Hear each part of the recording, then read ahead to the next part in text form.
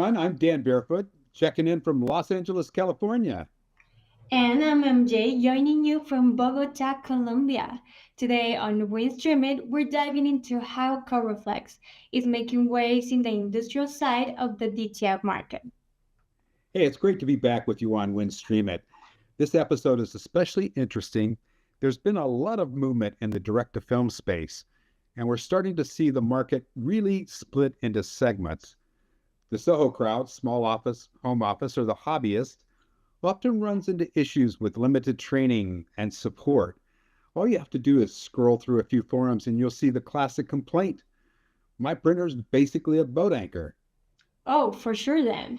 Meanwhile, manufacturers like Epson, Mimaki, Muto, and Roland have really started to penetrate the mid-tier market.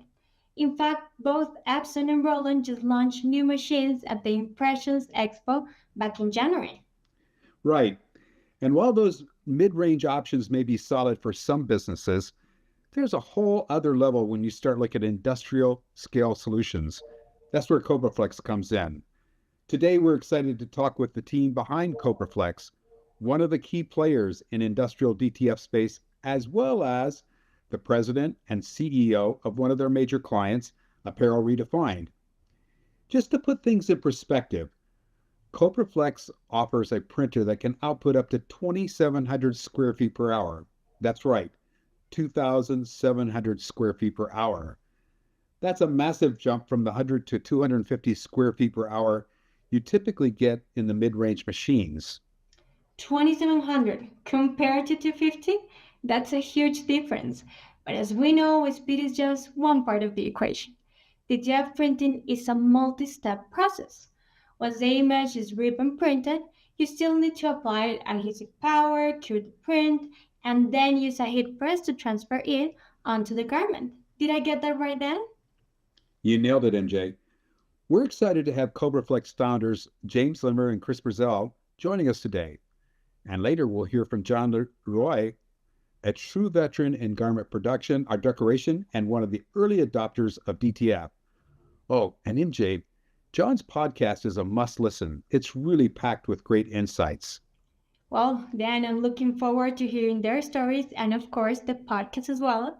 But before we get into the tech side of things, I would really love to hear more about James and Chris' background. I'm always curious about the journey, how people build businesses from the ground up. From the outside, sometimes it might look smooth, but we all know there's a lot more going on behind the scenes. So, James and Chris, welcome to Winstream. Can you start by telling us a bit about your background? Yeah, so I'm Jim Lemmer. This is my partner, Chris Brazil. So I've been in the industry since mid 80s. Started in the offset printing industry, went to large format screen printing, and then we ended up started building machines. So first machine we built was in 2019. Yeah. Came to market in 2020. So we've been really pushing hard to try to find faster, better ways to, get this industry to where it really needs to be. Yeah, I'm Chris Brazil. Basically been in this industry since 1981, family business in the screen printing, embroidery, and then moved into digital supplies and screen printing supplies and embroidery supplies in another business that I started. That's how I met Jim, actually.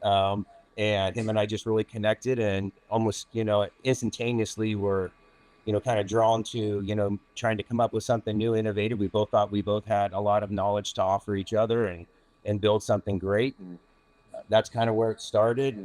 And from that moment on, it was just escalating with, bringing on dealers and inventing new products and new processes and procedures in this industry that, had never been seen before. And it's been a great journey. So for sure. Hey, that's great. You both have great stories. Let's turn to the main topic of our discussion, Power DTF, Cobraflex solutions for high volume production. That's where you're in, this the niche you're involved with. Jim and Chris, take it away. In the recent show in Long Beach, a great example is that there's a lot of customers in the industry right now that have already been in this in this market. They bought machines from overseas, or they bought them from, our competitors or us, and they're looking at advancing.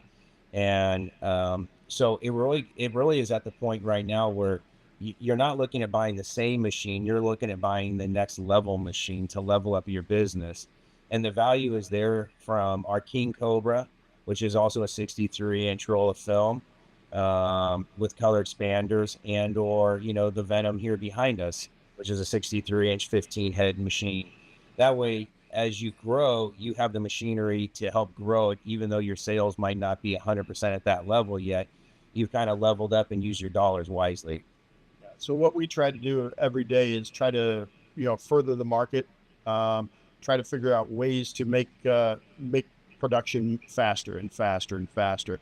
Our ultimate goal is to make the fastest machines in the country and the world, and try to make a real go at what's happening in the market, making sure that we address all customer needs, making sure that the products that we have accommodate every avenue, whether it's from small to large. But we rather, as people grow into this market, say they got 10 DTF machines, we can replace 8 or 9 machines with one, for quality and speed. That's just where the direction we're heading with our company is larger, faster, and more production every day. You focused, one of the things you talked about when you were in Long Beach was the fact that you really are a total solutions company. Your strategy is all based on that. Could you talk a little bit about your total solutions strategy? Yeah, definitely.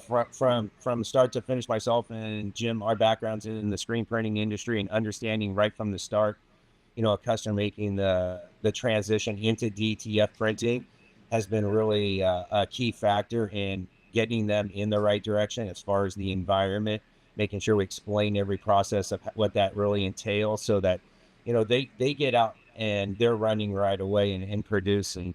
We also provide, all of our installs include our technicians going out there up to 3 days of training and install.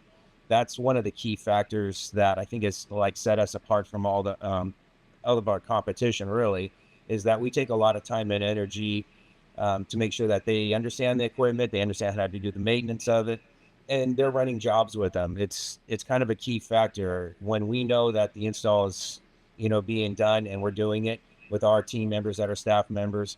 There turns into ink sales directly afterwards, which means the customer is happy with the equipment and that they're moving forward with it, and they're growing their business. Right. And the one good thing is we are a complete end-to-end solution. We've worked it out. We like to call it a system, right?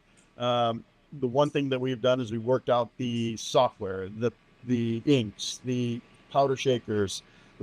Our machines come, they're not an a la carte machine. Our machines are the cart. So basically, it comes with a computer, printer, shaker, inks, films, the RIP platforms. We've partnered with one of the top RIP softwares in the country. Basically, color management is not a problem anymore. Where one of the biggest downfalls in the DTF industry in the beginning was trying to find a RIP system that's going to work. It started out with a real simple RIP system that we used in the beginning, and shortly after got rid of because it just didn't accommodate for color. So it was a catch-22 on whatever you're going to get from a color standpoint. And what we've done is try to partner with some of the top teams. I mean, our inks are all made in the USA. Our RIP systems the best. The onboarding, the training, the diagnosing of all the problems that you're having. We try to do that in real time after training. So we're here, and then after training, we have online support. Online support will get to you within 2 to 4 hours on the average. So the more we can educate our customers, the better off we can make our next machine. Yeah, if you would just give us a bit of an overview of the InEdit software. Yes. So InEdit software, they were originally a RIP software that was into the dye sublimation industry. The reason why we chose InEdit is because of the capabilities that they have and that they put together for the DTF version. That DTF version is capable of handling so many different colors, blending instead of spot colors. That was one of the biggest problems we had in the beginning when we had spot color machines. Uh, Setting up for spot colors is kind of an issue. So what we ended up doing from that standpoint is taking and working with InEdit. InEdit had a great processing, a blending system that would blend the colors and then get you the colors that you needed to from a corporate standpoint, from a school standpoint. So that was one of the pluses with InEdit, and the support system from InEdit is just phenomenal. We're adding cutters to our systems. They're working on our you know our processes for that. They work with the customers and our customers to try to make sure that they have the best workflow and workflow management out there. And we're also offering that same technology and color profiling and color expanders on most of the sizes, different size machines too. So it's not just limited to, large machines for, those kind of customers. Somebody at their house could easily have the color expander machine as well too. So Yes. it has been a huge benefit. They see the color gamut, wider, bigger, brighter colors. And at a lot of shows, we'll have a machine side by side, one with, one without color expanders, running the same stuff. Yes. So, those are always benefits that customers can look at. Yes. You could give us some background on your relationship with DuPont and the AutoStreet DTF Inc. Yeah. Go ahead. DuPont's been a great partner company, almost really since like our first year in business. We worked really very hard with them. We have machines obviously in their facility. They've done a lot of testing. Our brand ink through DuPont has been phenomenal in the industry. It really solves a lot of problems. The white is fantastic. It prints really well. It's Delta is right in line with what a lot of the big high-end customers are looking for once pressed onto the garments. Their technology and advancement with the color expanders could have come at a better time. A lot of big push in the industry with just CMYK was strong, but once we realized that the color gamut needed to be larger, DuPont stepped up. They got all that taken care of right away for us, got to market on the product, and that's been a huge plus for us. The Prop 65, all the certifications, the safety stuff, and then also manufactured in the U.S. has been really, really fantastic. That's really kind of helped customers out. They kind of feel warm and fuzzy about the product that they're buying. And we've only benefited from Cobraflex putting those their products in our machines. Absolutely. It's been a big plus for us. And they work with us really, really well. I mean, we've gone through our trials and tribulations, but I will tell you at the end of the day, they step up and make sure everything is taken care of. Inks last longer. We just pulled a machine. The machine sitting behind us has been in a crate for almost 2.5 months with ink in it. We pulled it out, put it together, ran it this morning, and we're up and running with the ink that was sitting in the machine. If you would talk a little bit about your power servers, because a lot of your competitors do not provide PC equipment as well. Yeah, so what we do is we try to make sure that everything is, we put a computer with every printer. We try to make sure that there's nothing excess on these printers, because what we would rather have, all processing speeds and powers. As Windows doesn't update, kind of kills things, and we got to fix it. It's easier for us to just log in, fix the machines, and all of our techs have ability to check and see if there's any issues going on. So we're just trying to get to you as fast as possible at this point. And all of our PCs are just, they're built specific. And right now, with the new Windows 11 updates, we're still in Windows 10. We are now migrating to a Windows 11 machines. So that's the next phase on that. We just wanted to test it thoroughly before we release to the market. This basically includes a full system, just like Jim had mentioned earlier. We try to make sure that when the customer buys product from us, it's the whole start to finish. So we can do jobs right away if need be. The customer is right there. They've got everything they need. They're not having to go shopping elsewhere to get anything else. They're ready to go and start running and getting their business moving forward. If you give us an overview of the Cobraflex Stealth, it has some really unique features. Tell us about it. Yeah, so the stealth we brought the stealth to market for a reason. And in certain situations, somebody may put it in a garage, they may put it in a warehouse. So basically what we did was we built a climate control system in the box. Inside of the printer, you have heat, air conditioning, you have humidifiers, dehumidifiers, all processes to make sure that that printer stays on an even keel. Um, Granted, if it's in a 100-degree warehouse, it's going to have to struggle a little bit. But what we've done with that machine is make it a super compact. Said, basically what we want to do is, the number one, speed. That machine has no bulbs whatsoever. It has a pad system, and the pad system basically cures from both sides. So you get a very, very cured process. Um, we've we've gotten up to, with proper room environments and capabilities. We've gotten up to 250 square feet an hour with the proper profiling. So profiling is a big thing in the printing industry. Is if you can't profile it, you can't run it at top speeds.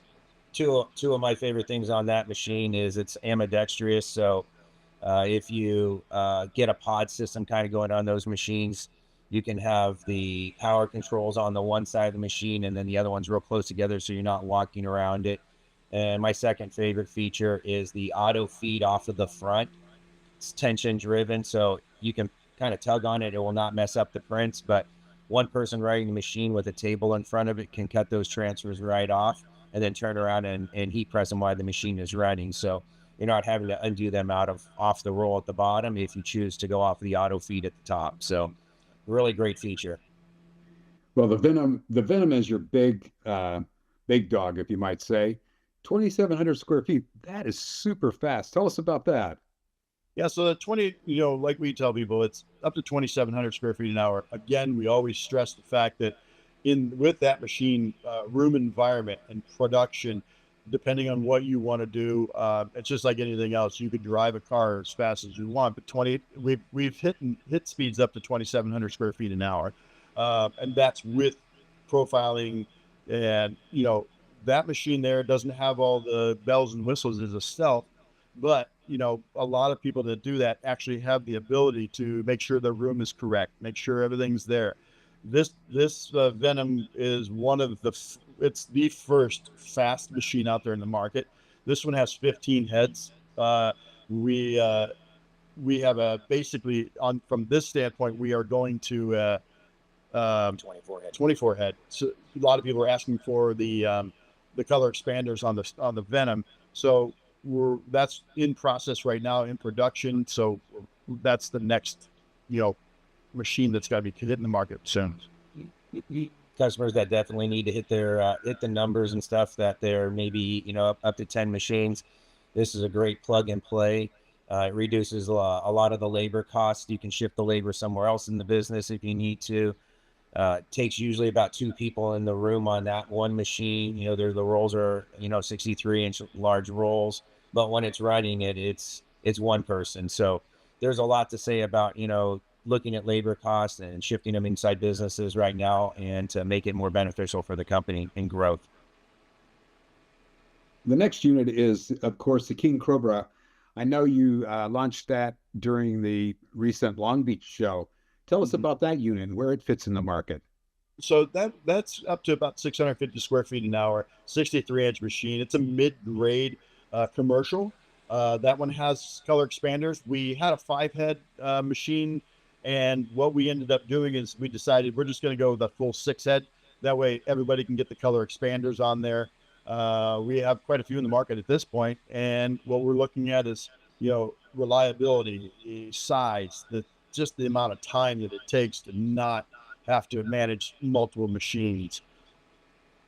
This one's also a great one. This is one that I talked about earlier in the show, that customers with one machine and looking for another, say they have a 24-inch forehead and they want to get another one.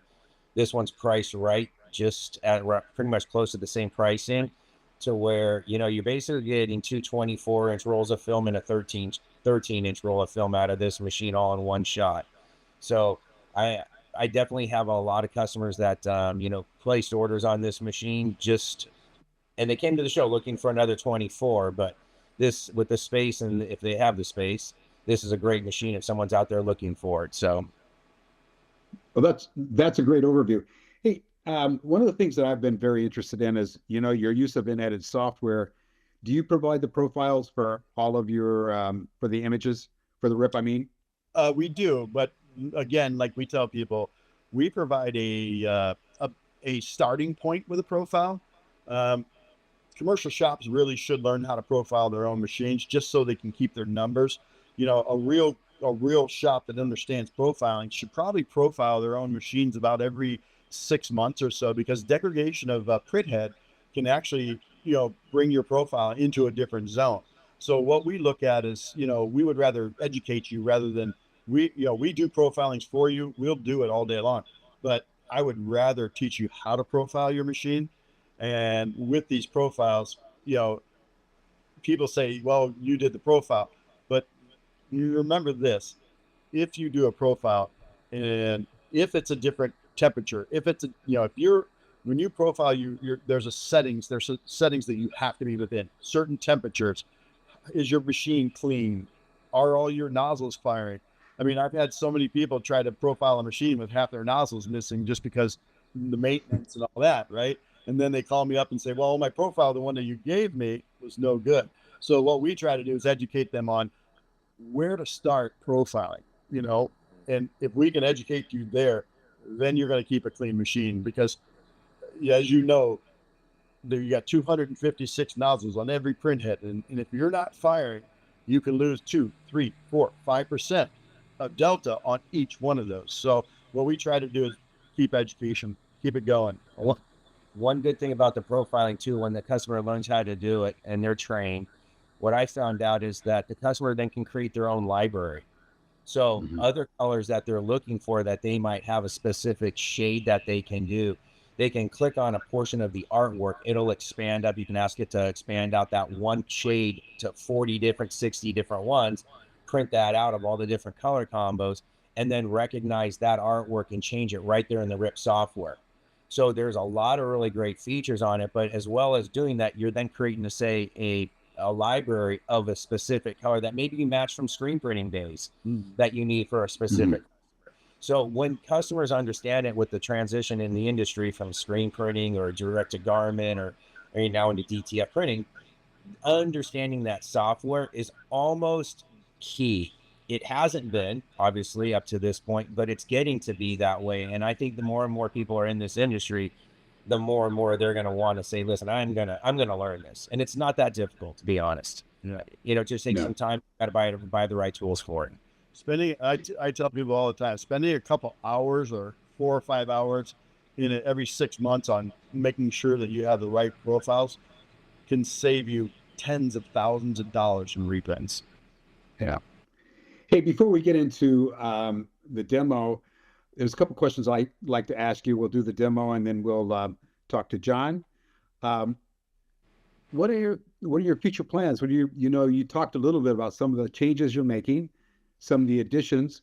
I think you have other products as well that we haven't talked about today that you might want to just go through quickly. Sure. We have everything from a 13-inch desktop mini to the Venoms, and coming soon, faster printers. You know, we're hoping to get to the speeds is at upwards of 62 to 6,500 square feet an hour. So we have a lot in the works right now. We're just really pushing hard to make sure that everything matches everything before we put it out into the market. We're going to make sure that everything is just super solid to getting everything going. And I know one thing that's on everybody's mind they keep asking us about is liquid adhesive. I will tell you that that's not gone away. We were first to market with it, and we're reformulating. We're working diligently. It's been about 1.5 years, almost 2 years. I think we're getting somewhere. I think we're getting pretty solid. So the next phase of that is definitely a eventually going away from, some of the powders and things of that. It's on the horizon out there. So it's, it's something that we've definitely been, not forgetting to do, and making sure that, we keep our focus on trying to get that back into the market. So I think that's going to turn this industry upside down again a little bit. I think the customers that have machines, I don't think they should hold out at this point, because if they're busy, they need machines, Yeah. right? But when it's all said and done, I think this technology is going to open up their eyes, and then, what can come up after that? There's a lot. Well, there's no doubt that's the holy grail. Why don't you show us some of your products in your demo room? Okay. You want to do that? Stuff has this one has keyboard adapted right here. On this machine, we have all climate control. All this is the touchscreen systems. We advanced this. This was actually this machine has been the farthest advanced machine out there. So this machine, at one point, we just programmed in your numbers to where you could change your humidity and temperature. So we just reprogrammed this. Now you can adjust all your temperatures and heat and everything else. So this machine is all touchscreen and monitors everything on there. Really good system. We're using a Hansoft board. Really like this. It's pretty easy to use, user friendly. This machine is just a phenomenal machine. It's got the heating, the air conditioning. If you look down here, heating and air conditioning systems. All built in underneath. Yep.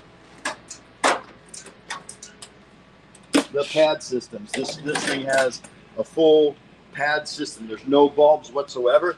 Heating from the front and heating from the back.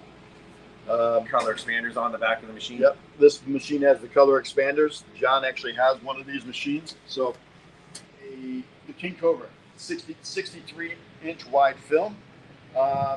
Just a beast. So this is good for markets that really want to push out larger prints. Say you want to do an umbrella, something of that nature. So this piece right here is just like the big Venom, and that one is just runs on an average of anywhere from I have customers running at 350, I have customers running at 450, and I've had customers running at 650. And you can also put two 24-inch rolls of film on here and run them simultaneously at the same time too, which is a big benefit if you're selling transfers and or using the other ones in shop to press on garments. So you'll lose a little bit because you're running two 24s, but this again, like this machine runs two 24s and a 13-inch roll if you're going to the 63. So it's like 2.5 machines in one. Yeah. This is our Venom. The Venom is just a giant beast. This one here, at running high speeds, 15 heads. So we have CMYK and the rest white.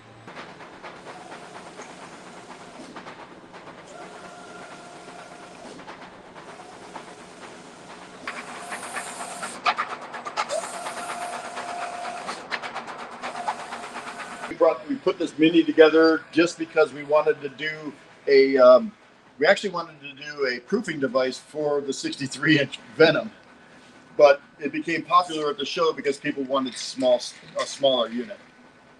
But a single head unit, fairly slow, but it's a good proofing unit. Okay, that's a great overview and a great presentation. Really appreciate you doing that. Now we're going to move over to John Leroy. Thanks, James, Jim, and Chris for the overview. I'm really excited to welcome John to StreamIt.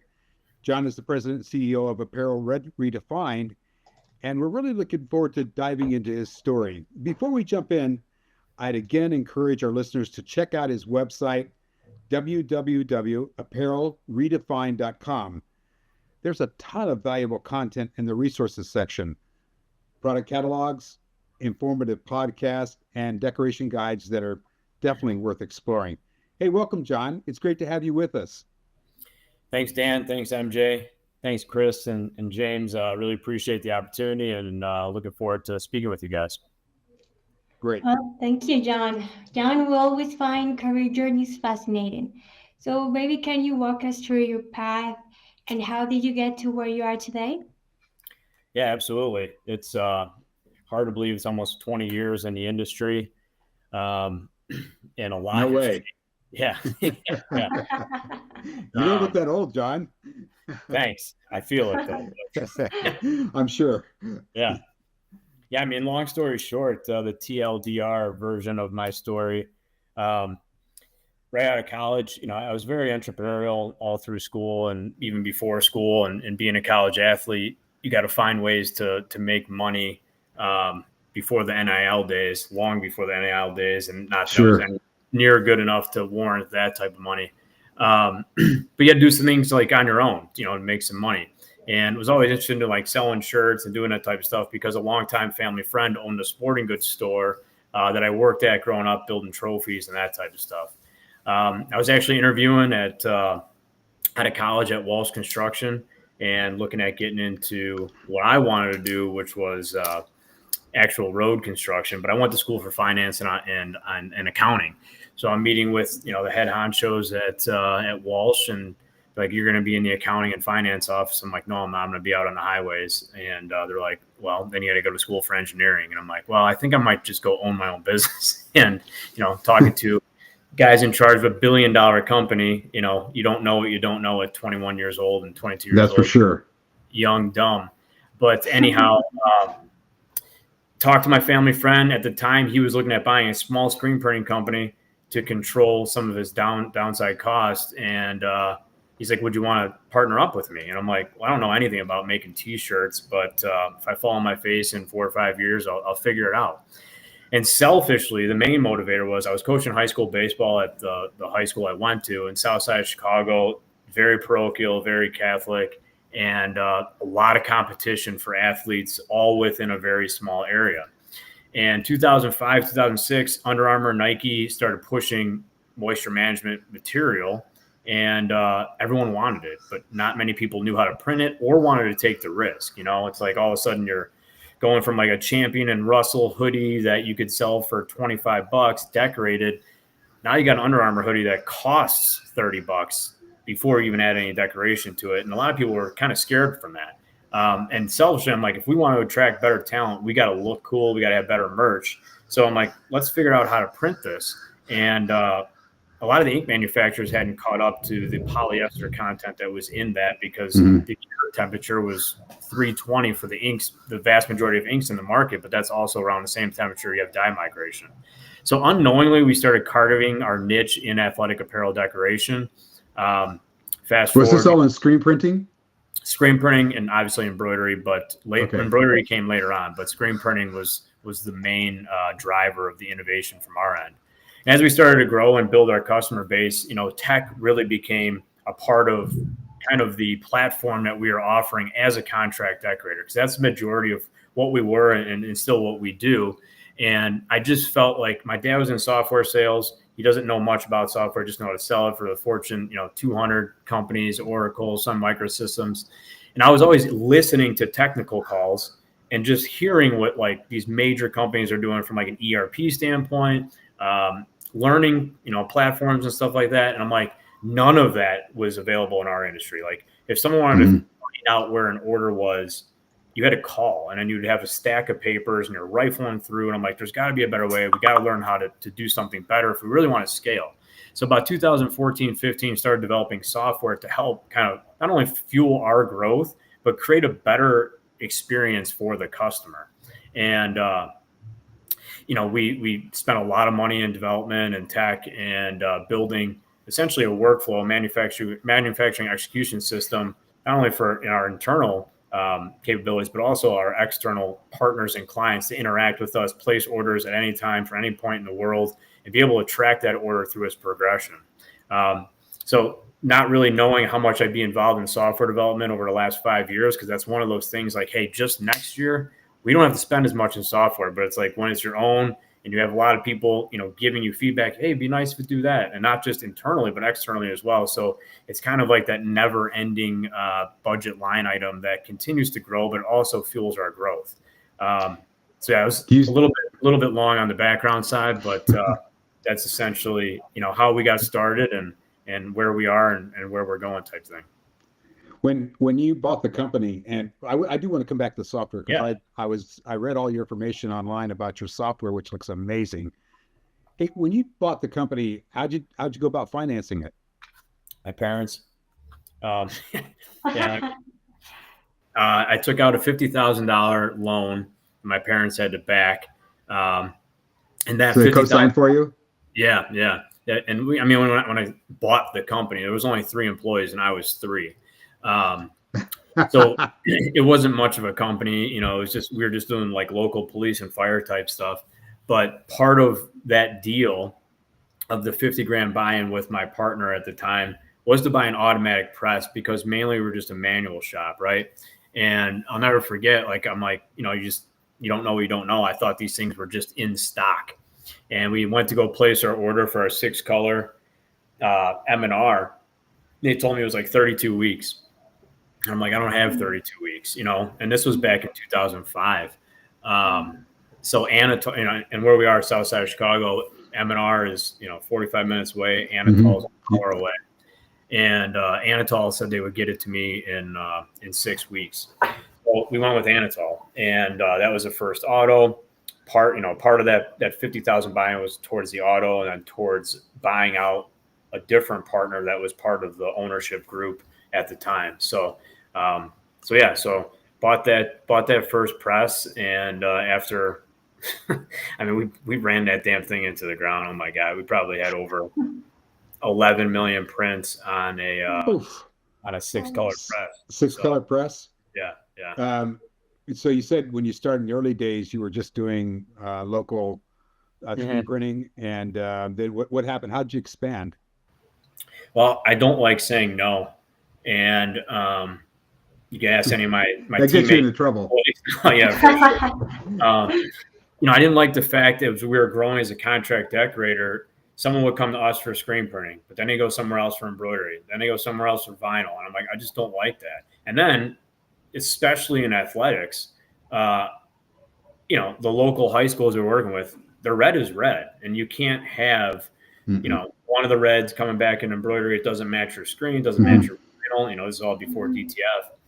And we really wanted to take control of that process. And what we heard from our customers, like, hey, we hate sending our embroidery somewhere else. Can you do it? And I'm like, yeah, why not? I didn't know the first thing about it, but you know, just started buying up equipment and then finding people that knew how to run it. And it was more out of, I didn't want to have the opportunity for my customers to look somewhere else. So we better take control of the whole process. And then again, selfishly, for my own orders, we'd be, you know, printing our Marist red, embroidery would come in from somewhere else and the reds didn't match. And it's like, I'm the one selling this, presenting my company, and it just looked disorganized. And I'm like, we got to take control of that. Yeah. Hey, how's your business, divided today? Is it, how much screen printing do you do today, traditional, let's say, versus your digital operations? Yeah. So digital's, I want to say, relatively new. It's about a 2-year journey we've been on in the digital. But analog, what I consider screen and embroidery, is still about 80% of our business. Oh, really? Yeah, but I mean, it's quickly, I don't want to say changing, but the profile as we develop the marketing and as we start, you know, kind of coming out of the shadows, essentially, because, you know, for 20 years, 18 of them, we've been existing in the background and kind of in the nicest way possible, been told, like, shut up and do the work and don't let anyone else find out about you type thing. So basically a contract manufacturing. Exactly. Yeah. And COVID kind of threw that on its head, right? Because it didn't matter how good our relationships were with Nike and Under Armour and Adidas. In our specific niche in athletics, there was no school or sports for the vast majority of the country. So we have all the equipment, we have the tech, we have this, but it's like, hey, we got to start pivoting to e-com, because that was exploding. Even though the entire country was shut down, e-com was exploding. But it was something I was never really thrilled about getting into 2018, 2019 because of the quality. It didn't resonate with me because we have a bunch of screen print purists that work for me, that work on our team, that were like, the digital quality sucks and I don't like it. I won't wear it. I won't sell it. I won't get behind it. And then COVID happened, and then it's like, okay, this isn't going anywhere. And if we want to focus on an MOQ of 1 for print on demand, which is the future, we need to find a company, a partner that's going to work with us to help develop something that probably needs, some improvement from our standpoint, and also is willing to grow with us and understand our problem and our unique value proposition to our customers as well. Because again, like, we started getting these customers that were like, hey, we'd want to do an online store, right? But can we test the 6-color design before we run it? And it's like, that's really hard in screen print. I didn't like outsourcing, even from the big boys, where, they couldn't even guarantee color consistency on the same order in which we provided PMS values from 1 month to the next. So it's like, if I'm guaranteeing on a screen print, embroidery, vinyl, sewing and twill and everything else we offer, if I'm guaranteeing that color for 80% of my decoration profile, and then the newest 20, it's kind of like, you'll get what you get. It just didn't sit right with us. We weren't going to sell it. So before we even kind of jumped into digital, we spent the better part of 2 years, researching who we're going to work with, because we've seen how that vendor relationship is extremely important on the screen and embroidery side for almost 17 years, and we needed to kind of test that out as we move forward. Okay. John, every production method comes with its own set of challenges. What are some of maybe bottlenecks you've experienced in your DTF workflow? What are some, I'm sorry, what did you say? What are some of the bottlenecks that maybe you've experienced in your DTF workflow? In the workflow, it's more about like what Jim and Chris were talking about, like color profiling, right? And consistency intraday. I think, as a contract decorator, one of the things that I really like about our industry, I feel like it's one of the last frontiers in the manufacturing client relationship, where it's very relationship based. I've been working with some of the same customers for over 16 years, 17 years, and we focus on the do, they focus on the sell, right? Our tagline is sell more, stress less. If you don't have to worry about your order, you can go focus on what you do well, which is selling, and we'll do the manufacturing. The negative side of that, our industry has been traditionally a race to the bottom. There's a lot of people, the barriers to entry are low, right? And DTF doesn't help that problem. I mean, Chris and Jim sell a really high quality product that, your hobbyist probably is not going to buy. But if you walk around the ISS show, any of these large shows, Printing United, the vast majority of our section of the floor is all DTF adjacent, whether it's machines, whether it's film, whether it's powder, whether it's ink, whatever it is, it's there.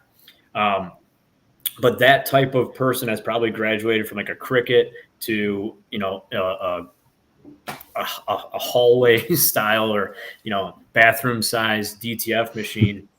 They're not concerned about the same things we're concerned about. So it's not like that we're competing for that same customer. So for me, it's more about the workflow that ensures the most amount of color consistency intraday, intra-week, intra-hour, to make sure that when we're doing these online shops for these colleges and high schools and teams across the country, on a print-on-demand type basis, where if they get a volume order of 1,000 T-shirts with their red or their orange or their gold, their fill-ins and stuff like that we're DTFing, it matches, right? And that's something that's really hard to do. And, when someone comes in, especially on the corporate level, and you got Ford Blue or you got John Deere Green, it's really easy to, not to say easy, it's still a skill, but you have a formulaic system that helps you dial in that color from a screen print model. And a thread, you go to your Madeira book and you get that color, right? From the digital side, it's just so much different, right? And having the ability, like Chris and Jim talk about, to learn that, because, a lot of screen printers, they do mix on their own, but if they need something at scale, they're calling a distributor and say, hey, I need PMS, whatever, and it comes in a 5-gallon and it's ready to go, right? And all that can happen in a day. But if a corporate client walks in and they're like, hey, I want to do a print on demand store, and here's my company color profile. If you don't know what you're doing on a digital side, it could take days. I'm telling you, days to come up with that color, that light blue, whatever it is. And also not knowing what you don't know. If you're working off a traditional CMYK platform in digital, you can't hit certain colors. You just can't. Now we added the color expanders, to match our DTG platform, which is the Rock Now, which is also using DuPont ink. So that was big impetus for us. So now you have the same color platform, amount of heads that are interacting to create a larger color gamut, so we can match DTF, DTG, screen print, embroidery, all that stuff under one roof. Hey, when you were going through the process of, it's kind of interesting. You're talking about your screen print personnel, and they're saying, "Hey, digital just can't do it. The feel's bad." When you were going through the process of selecting DTF and eventually selecting Cobraflex, what was that like? A lot of washing and drying, a lot of laundry. I can imagine a lot of laundry. Yeah. No, it was interesting. It's like everyone has their so-called secret sauce, and what they're doing a little bit differently. And then the results just kind of speak for themselves, because, you heard, especially we heard this for years on the screen printing side, right? Wash your garments on cold, inside out. Yeah. We would put these little disclaimers in the boxes, and no one would follow the instructions. And, then you'd have well, we told you to do this, and that's why your print is breaking. And it's that's not acceptable. So we have to be able to account for the worst, right? And if we solve for the worst and actually find, the 10 to 15% that actually follow instructions, that's good. But let's solve for the 85% that don't follow the instruction, and see what the results are.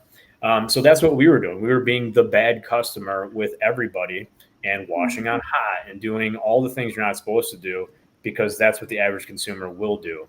So it was a lot of testing, and almost to the point where we were really pissing off some manufacturers. Why are you trying to solve a problem that no one else is worried about solving? And that was part of the elimination process, where some of these people were just like, "You're the only person asking this. Why would you care?" And it's okay, well, you're not the right partner for us. I think you're right. And when you're doing contract manufacturing, that's a totally different ball game. Whereas if you're doing end user sales, there's some of the things you can probably get away with. In the digital imaging space, we hear from a lot of different companies that they're having a tough time finding skilled employees. Have you had that challenge in your area? And I'd also like to speak to, it's a different challenge along the same lines.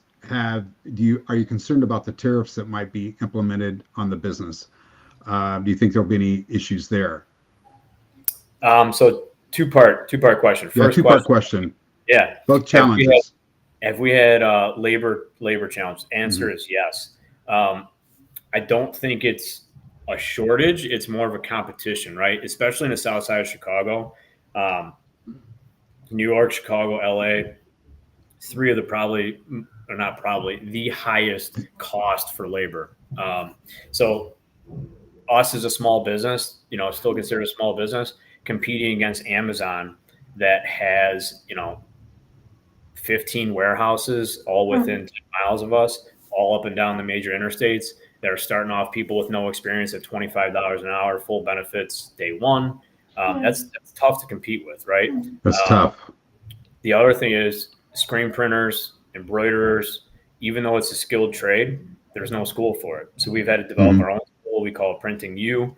We work with a lot of local high schools, because I'm sure everyone here knows Mike Rowe.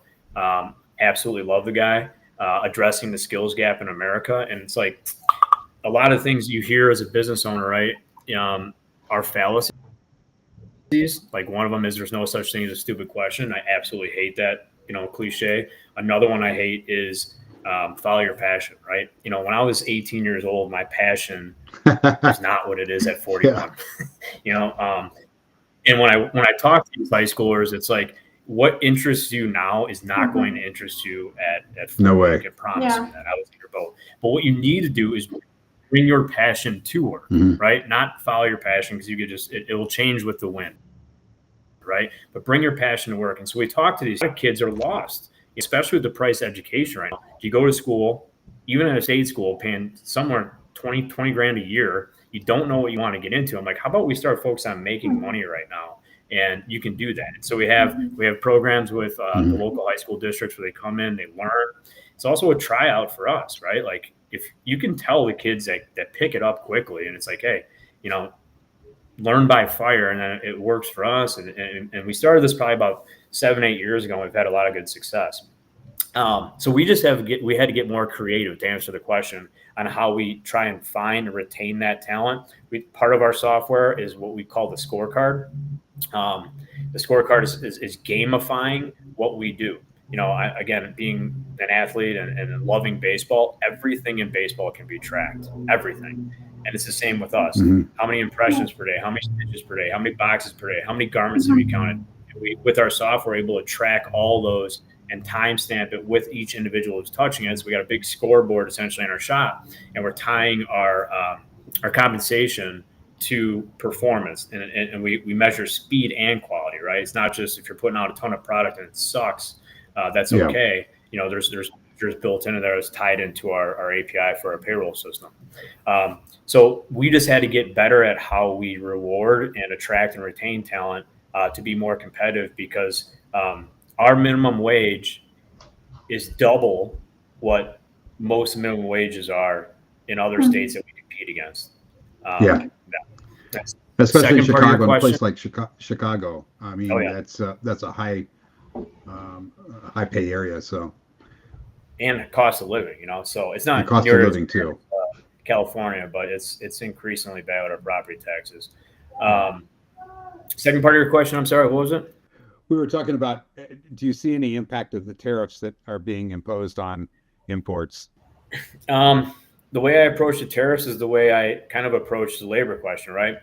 As you get older, you bitch about the younger generations that no one gets it and no one works as hard, and you can either work with it or complain about it, right? And that's the way I approach the tariffs, right? There has to be pain before pleasure, and anything that is worthwhile, right? And I feel like we've been taken advantage of for so long. It's time to fix that wrong. But that doesn't mean it's going to happen.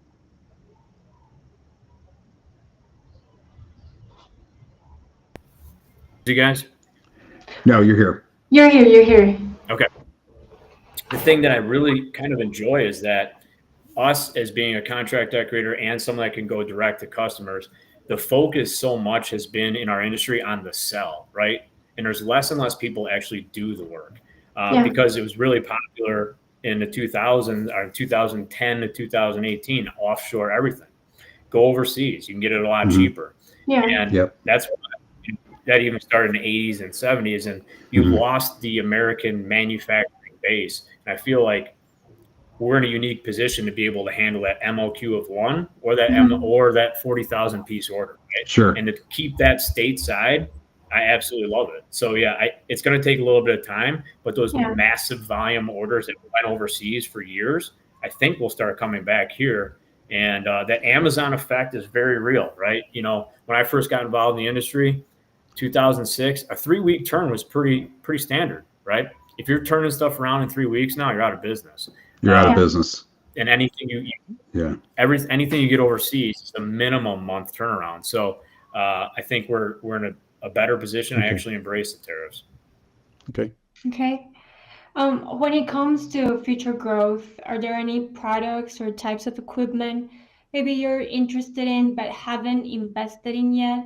Maybe because of cost, availability, or the timing just isn't right? Robotics. I think robotics in our industry, you're already starting to see it at distributor level. The big three, big two now, Sanmar and SNS, bringing their warehouses, up to speed with robotics in terms of how they receive and now pick and pull orders.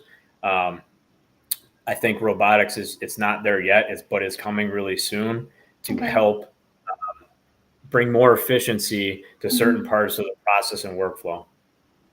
Is that something you would invest in? If you saw the opportunity? Not yet. Yeah. Would I? Absolutely. Yeah. We're working on some inspection and QC tools around that to start. And like Rock has introduced some robotics for their DTF processes. And I feel like a lot of that is really geared towards like large volume DTF runs. And that's not something that we do because we screen print anything that's a large volume. But for a lot of shops that are transitioning out of screen to try and do DTF at a large volume, that's a big problem solver there. Yeah. I've seen a couple of places where they do have robotics. Even at the Long Beach show, there were several companies that had robotics, especially related to heat pressing.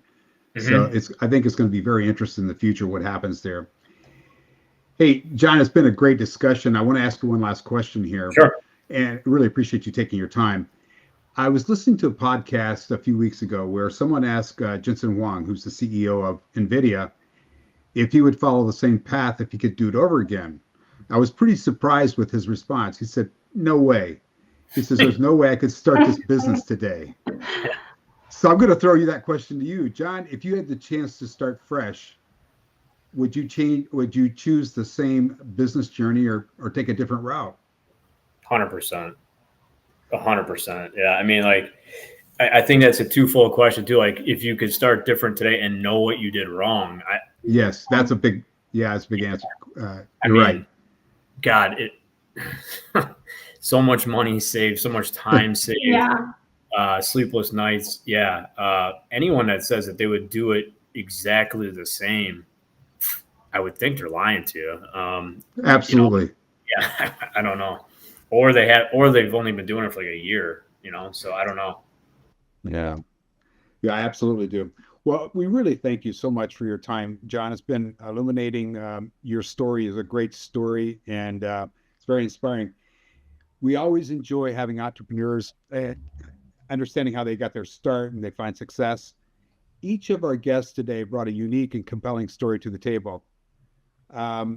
Chris and John all had wonderful stories. If our listeners would like more information on Cobraflex, please go over to cobraflexprinters.com. And for John, I'd highly recommend his website at www.Apparel Redefined. MJ, the exciting part is that StreamIt has many more sessions like this planned for the future. For companies interested in participating in StreamIt, what's the best way to get involved? It's quite simple, Dan. Companies can reach out to us via email at dan@worldimaginenews.com or contact us directly through our website. Thank you, MJ. And a big thanks to everyone who joined us for today's StreamIt session, especially John, Jim, and Chris. If you haven't already, make sure to subscribe to Win Quick News, our weekly newsletter. It's the best way to stay up to date on the latest in graphics imaging. Plus, you'll get access to upcoming video highlights from major trade shows like ISA in Las Vegas and FESPA in Berlin, Germany, occurring this May. Dan, don't forget we will also be live at 2 graphic shows in Bogota, Colombia in June, Createx and Andigráfica. Oh, yes. We'll be on site at all these events, bringing you the latest news straight from the show floors, not just in the U.S., but internationally as well. Exactly. Also, please visit our website at www.worldimaginenews.com and www.worldimaginenewslatino.com. And that's the StreamIt, folks. I'm Dan Barefoot. And I'm MJ. And until next time, stay healthy and keep smiling. Manténganse saludables y sigan sonriendo.